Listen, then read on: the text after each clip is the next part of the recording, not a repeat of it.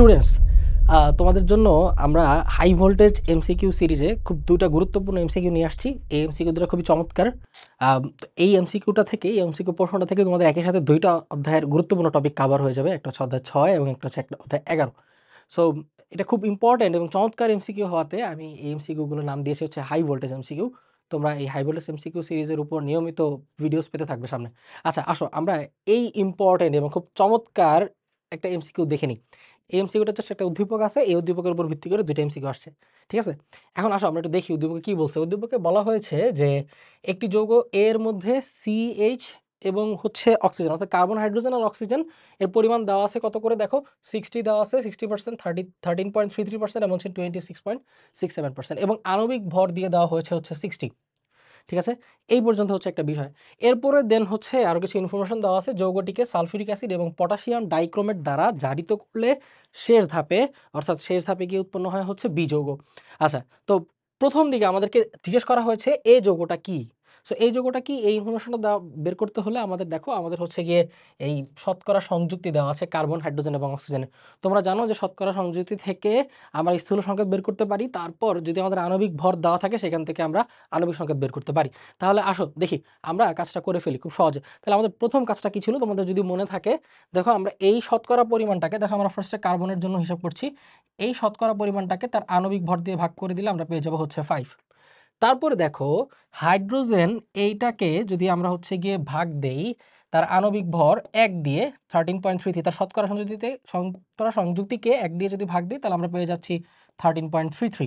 এবং অক্সিজেনের ক্ষেত্রে শতকরা সংযুক্তি দেওয়া আছে হচ্ছে 26.67। এইটাকে যদি তার হচ্ছে আমরা আণবিক ভর 16 দিয়ে ভাগ দিই তাহলে আমরা পেয়ে যাচ্ছি 1.67। ওকে? আচ্ছা, তারপরের কাজটা কি তোমাদের মনে আছে? এরপর আমরা কি করি? এরপর হচ্ছে আমরা এই যে ভাগফলগুলা, এই ভাগফলগুলোর মধ্যে যেটা ক্ষুদ্রতম সংখ্যা, প্রত্যেকটা ভাগফলকে এই ক্ষুদ্রতম সংখ্যা দিয়ে ভাগ করি।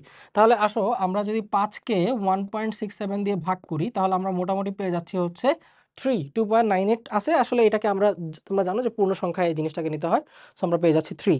তারপরে হচ্ছে এই 13.33 এটাকে যদি হচ্ছে 1.67 দিয়ে ভাগ করি তাহলে হচ্ছে আমরা পেয়ে যাব হচ্ছে 8।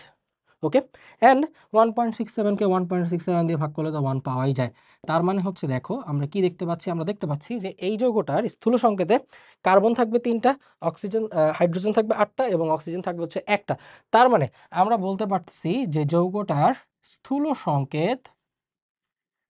সংকেত হচ্ছে C3H8 এবং হচ্ছে O, যার আণবিক ভর যদি আমরা বের করি, এইটার আণবিক ভর অর্থাৎ স্থূল সংকেতের ভর যদি আমরা নেই, স্থূল সংকেতের ভর নিলে আসতেছে দেখো খেয়াল করে 3 12 36, 8 আর হচ্ছে 8 44 এবং হচ্ছে 16।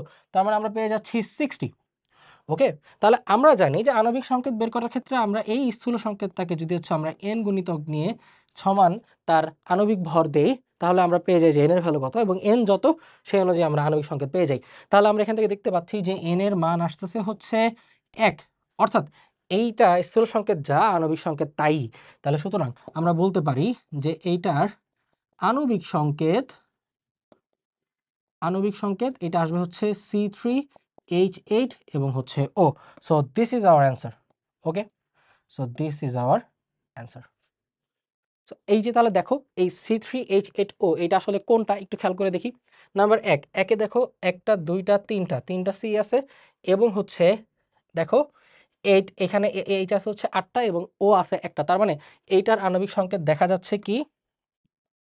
এটার আণবিক সংকেত দেখা যাচ্ছে C3H8O। তাহলে এই সংকেতটা কত দেখা যাচ্ছে দেখো, এখানে হচ্ছে আছে হচ্ছে C3H হচ্ছে গিয়ে এখানে 6 এবং হচ্ছে O 2টা। সো এইটাকে তো বাদ, এটা নাই। সো এটা হবে না। এইটা কিন্তু আমাদের প্রথমেই মিলে গেল। তো নেক্সটে তুমি যদি দেখো যে এগুলো যদি বের করে দেখো দেখবা যে এগুলো আসলে মিলতেছে না। তার মানে শুধু একটাই মিলতেছে, সেটা হচ্ছে অপশন নাম্বার ক। তাহলে আমাদের অ্যান্সার হচ্ছে ক, যেটা হচ্ছে C3H8 এবং হচ্ছে O। সো এগুলো একটাও যদি না মিলে সো একইভাবে আমরা ক পাবো। আচ্ছা, নেক্সটে যদি আমরা যাই, নেক্সটে আমরা দেখতেছি যে এখানে বলা হলো যে বি যৌগের সোডিয়াম লবণকে সোডা লাইম সহযোগে উত্তপ্ত করলে কোন যৌগটি উৎপন্ন হয়। আচ্ছা, এইখানে দেখি যে বি যৌগ যেটা, এইটা কিভাবে আসতেছে। আমরা এই যৌগ কিন্তু পেয়ে গেছি, খেয়াল করে দেখো এই যৌগটা হচ্ছে আমাদের একটা অ্যালকোহল এবং এটা হচ্ছে 3 কার্বন বিশিষ্ট অ্যালকোহল। তোমরা জানো এটাকে বলা হয় প্রোপানল। তাহলে আমাদের এই যৌগটা হচ্ছে প্রোপানল। এখন আসো, এখন আমরা একটু দেখি যে বিটা সলভ করার ক্ষেত্রে আমরা দেখে গেলাম যে এটা প্রোপানল পেলাম। তাহলে আমরা চলে যাচ্ছি হচ্ছে বি এর সলভে। ওকে, বি এর সলভ। নাও ফর বি এর সলভ। ওকে, সো বি এর ক্ষেত্রে আমরা একটু দেখি, খেয়াল করি। বি এর ক্ষেত্রে আমরা পেয়ে গেলাম প্রোপানল। এইটাকে আমরা এই যে আমাদের CH3H CH2OH এইটাকে হচ্ছে যদি আমরা সালফিউরিক অ্যাসিড এবং হচ্ছে সালফিউরিক অ্যাসিড এবং হচ্ছে গিয়ে আমরা পটাশিয়াম ডাইক্রোমেট দিয়ে এইটাকে জারণ করব। অর্থাৎ আমরা যদি পটাশিয়াম ডাইক্রোমেট এবং সালফিউরিক অ্যাসিডের মিশ্রণ ব্যবহার করি তাহলে হচ্ছে মূলত কোন একটা যৌগের জারণ ঘটানো হয়। তোমরা জানো যে অ্যালকোহলকে জারিত করলে পাওয়া যায় অ্যালডিহাইড। তাহলে আমরা এখান থেকে পেয়ে যাচ্ছি CH3CH2CHO। এটা তোমরা অবশ্যই খেয়াল রাখবে।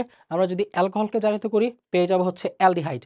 ওকে, নাও এখন আসো, যদি এবার এই অ্যালডিহাইডটাকে আরও ফার্দার জারিত করি, আমাদেরকে বলা হচ্ছে শেষ ধাপে কি উৎপন্ন হয়। তার মানে এখানে আমাদের জারণটা কন্টিনিউয়াসলি চলতেই থাকবে। দেখো, অ্যালকোহলকে জার্মান অক্সিজেন দিয়ে জারণ করলে হয় অ্যালডিহাইড, অ্যালডিহাইডকে জারণ করলে আমরা পাই কার্বক্সিলিক অ্যাসিড, এবং সেক্ষেত্রে কার্বন সংখ্যার কোনো পরিবর্তন হয় না, যা আছে তাই থাকে। তার এখানে 3 কার্বন বিশিষ্ট অ্যালডিহাইড পেয়েছিলাম, এই জায়গায় আমরা একইভাবে পেয়ে যাব 3 কার্বন বিশিষ্ট কার্বক্সিলিক অ্যাসিড। তাহলে দেখো এখানে হচ্ছে CH3CH2COOH। Now what's the point, এইটাকে হচ্ছে আমাদেরকে কি করতে বলা হয়েছে, এইটার সোডিয়াম লবণ। আচ্ছা, এইটার সোডিয়াম লবণটা আমরা কিভাবে পাবো? কোনো একটা অ্যাসিডকে যদি আমরা এই সোডিয়াম সমৃদ্ধ কোনো ক্ষার দিয়ে প্রশমন ঘটাই তাহলে সেখান থেকে আমরা লবণ পাই, এটা আমরা জানি। তাহলে এইটা হচ্ছে আমাদের কার্বক্সিলিক অ্যাসিড। এইটাকে যদি হচ্ছে আমরা সোডিয়াম হাইড্রোক্সাইডের সাথে বিক্রিয়া দেই তাহলে আমরা এখান থেকে সোডিয়াম সমৃদ্ধ লবণ পাবো। অর্থাৎ সেটা আমরা পেয়ে যাব কি, দেখো আমরা পেয়ে যাব CH3CH2COONA। তাহলে আমরা পেয়ে গেলাম আমাদের কাঙ্ক্ষিত সোডিয়াম সমৃদ্ধ লবণ। আমরা আমাদের লবণটাকে পেয়ে গেলাম। দেখো এটা হচ্ছে আমাদের CH3CH2COONA। আমরা পেয়ে গেলাম আমাদের লবণটা, ঠিক আছে। এখন আসো, এবার বলা হয়েছে কি এই লবণটাকে সোডা লাইম সহযোগে উত্তপ্ত করতে। তো তোমরা এইটুকু যদি দেখে থাকো, এবার আমরা একটু নেক্সটের দিকে যাই। আমরা হচ্ছে এবার এই লবণটাকে সোডিয়াম, এই যে আমরা যে সোডিয়াম ইথানয়েড পেয়ে গেলাম, এই জিনিসটাকে হচ্ছে আমরা কি করব, এই জিনিসটাকে আমরা হলো গিয়ে সোডা লাইম সহযোগে উৎপন্ন করব। দেখো সোডা লাইমটা কি, সোডা লাইমটা হচ্ছে সোডিয়াম হাইড্রোক্সাইড এবং ক্যালসিয়াম অক্সাইডের মিশ্রণ। এই সোডিয়াম হাইড্রোক্সাইড এবং ক্যালসিয়াম অক্সাইডকে বলা হয় হচ্ছে সোডা লাইম।